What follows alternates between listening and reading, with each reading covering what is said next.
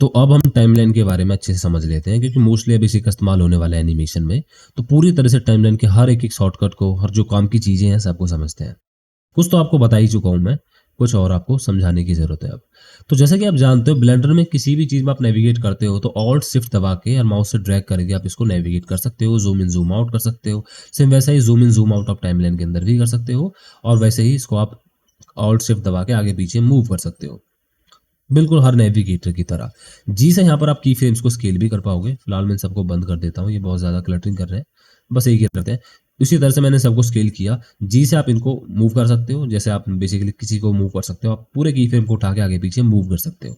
Let's suppose कि ये वाला की फ्रेम मुझे यहाँ चाहिए था, तो मैंने किया क्या था, मैं यहाँ पर गया, मैंने फिर से जाके जीरो लोकेशन की। फिलहाल मान के चलो कि मैंने इस की फ्रेम को डिलीट कर दिया और मैं 60 पर वही की फ्रेम चाहता हूँ जो मेरे पास था। तो सेम वैसे जैसे आप करते हो, आप इनको कॉपी कर सकते हो। आपने ये वाला की फ्रेम सेलेक्ट किया, शिफ्ट डी से आप कॉपी कर सकते हो किसी भी डाटा को डुप्लीकेट, और आपने इसको यहाँ के पुट कर दिया। मेरा काम खुद पे खुद हो गया। सेम उसी तरह से आप इनको स्केल कर सकते हो। अब इसके लिए अकॉर्डिंग टू प्ले हेड हो रहा है, यहाँ पर और ऑप्शंस होते हैं स्केल करने के लिए।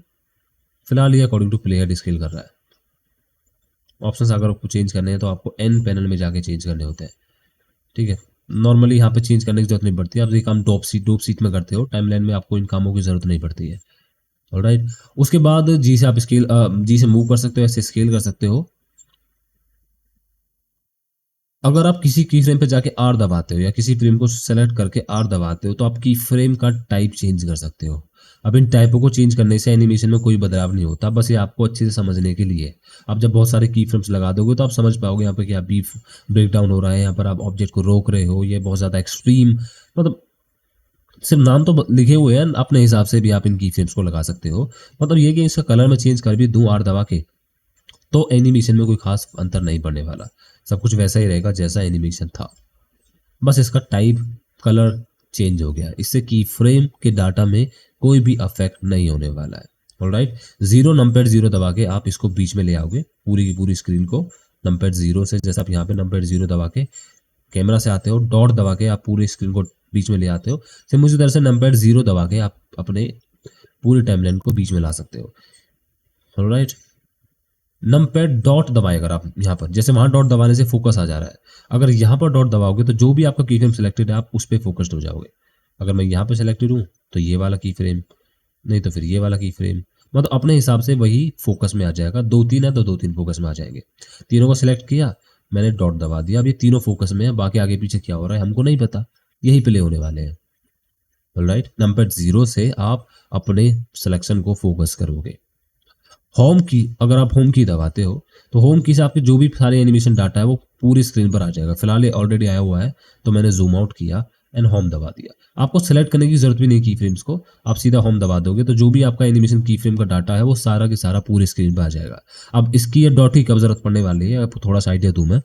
मान के चलो कि आपके पास बहुत सारे की फ्रेम्स है, मैं आपको थोड़ा बहुत एग्जांपल देता हूँ। मैं जाके 130 पर कंट्रोल एन दबा के अपनी की फ्रेम की रेंज को सेट कर लेता हूँ, और वैसे ही खामखा यहाँ पे बार बार की फ्रेम सेट कर देता हूँ। यहाँ एक की फ्रेम लगा दिया, यहाँ एक की फ्रेम लगा दिया मैंने, और वैसे ही यहाँ जाके मैंने फिर सही दबा दिया, ये मेरे की फ्रेम लग गए। होम दबाऊंगा तो सारे की फ्रेम्स एक साथ मुझे दिखेंगे, लेकिन मैं चाहता हूँ कि मुझे बस ये तीन की फ्रेम ही दिखे, इन तीनों पर मैं फोकस करना चाहता हूँ, इन्हीं के डाटा को आपस में चेंज करना चाहता हूँ। मोस्टली यहाँ टाइमलाइन में आपको जरूरत नहीं पड़ने वाली है, लेकिन ग्राफ एडिटर में भी सेम यही कीज है जो मैं आपको बता रहा हूँ। सेम यही हमारे डोप सीट के अंदर है, मतलब जो भी टाइमलाइन के आपको मैंने तीन बताए, dope sheet, graph editor and timeline, इन तीनों की तीनों में हमें इन कीज की जरूरत पड़ने वाली है। तो मैंने इन तीनों को सिलेक्ट किया और नंपैड डॉट दबा दिया, यानी जो डिलीट के ऊपर नंपैड डॉट होता है। अब ये तीनों ही फोकस में है, बाकी की फ्रेम आ गया। ये फर्क है होम की में। होम की दबा के आप वापस से सब पूरी स्क्रीन में ले आओगे और फिर से सेलेक्ट किया दो को डॉट, अब ये दोनों की फ्रेम है। ऑलराइट, बहुत जरूरत पड़ती है शॉर्टकट्स की, बहुत ज्यादा टाइम बचाते हैं आपका। आगे जो प्रीव्यू रेंज है आप उसको देखने के लिए, मान के चलो कि आप सिर्फ एनिमेशन यहाँ से यहाँ तक का देखना चाहते हो, आपने एंड फ्रेम तो वहां तक लगा हुआ है, बात बात पे आप चेंज तो करोगे नहीं इसको, फिर आगे पीछे बढ़ाओगे। तो आपने क्या, अगर आप यहाँ तक अपने की फ्रेम को देखना चाहते हो तो आप पी दबाओगे। पी दबाने से आप यहाँ पर अपनी एक एनिमेशन की रेंज बना सकते हो। तो हमने ये रेंज बना ली, अब इसी रेंज के अंदर हमारा ये प्लेबैक प्ले होने वाला है। बाकी भी ठीक है, लेकिन ये एक रेंज है। रेंज को हटाने के लिए आप ऑल्ट पी दबाओगे, सॉरी ऑल्ट पी दबा, ऑल्ट आर दबा दिया मैंने, ऑल्ट पी दबाने से आप इस रेंज को हटा दोगे। ऑलराइट, पी से आप एक रेंज सेट कर सकते हो। रेंज सिर्फ यहीं से सेट नहीं कर सकते हो, आप इस की को जब दबाओगे तो इस की से दबाने के बाद आप मतलब जब आपने इस वाले बटन को दबा दिया तो दबाने के बाद आप जो भी चेंज डाटा चेंज करोगे वो अब रेंज ही चेंज करेगा। यहाँ से भी इसको किया जा सकता है, बट अगेन शॉर्टकट बहुत ज़्यादा बेनिफिशियल होता है। ये भी एक रेंज करने का तरीका है। इसको हटा दोगे तो रेंज खुद ब खुद हट जाएगी, रेंज वापस आ गया, रेंज हट गई। अब आपके हिसाब आपके ऊपर डिपेंड करता है कि आप क्या इस्तेमाल करोगे।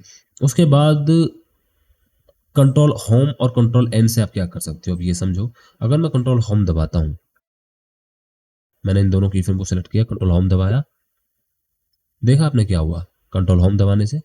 कंट्रोल एंड के बारे में तो आपको मैंने बता ही दिया है, आप लास्ट की फ्रेम सेट कर सकते हो।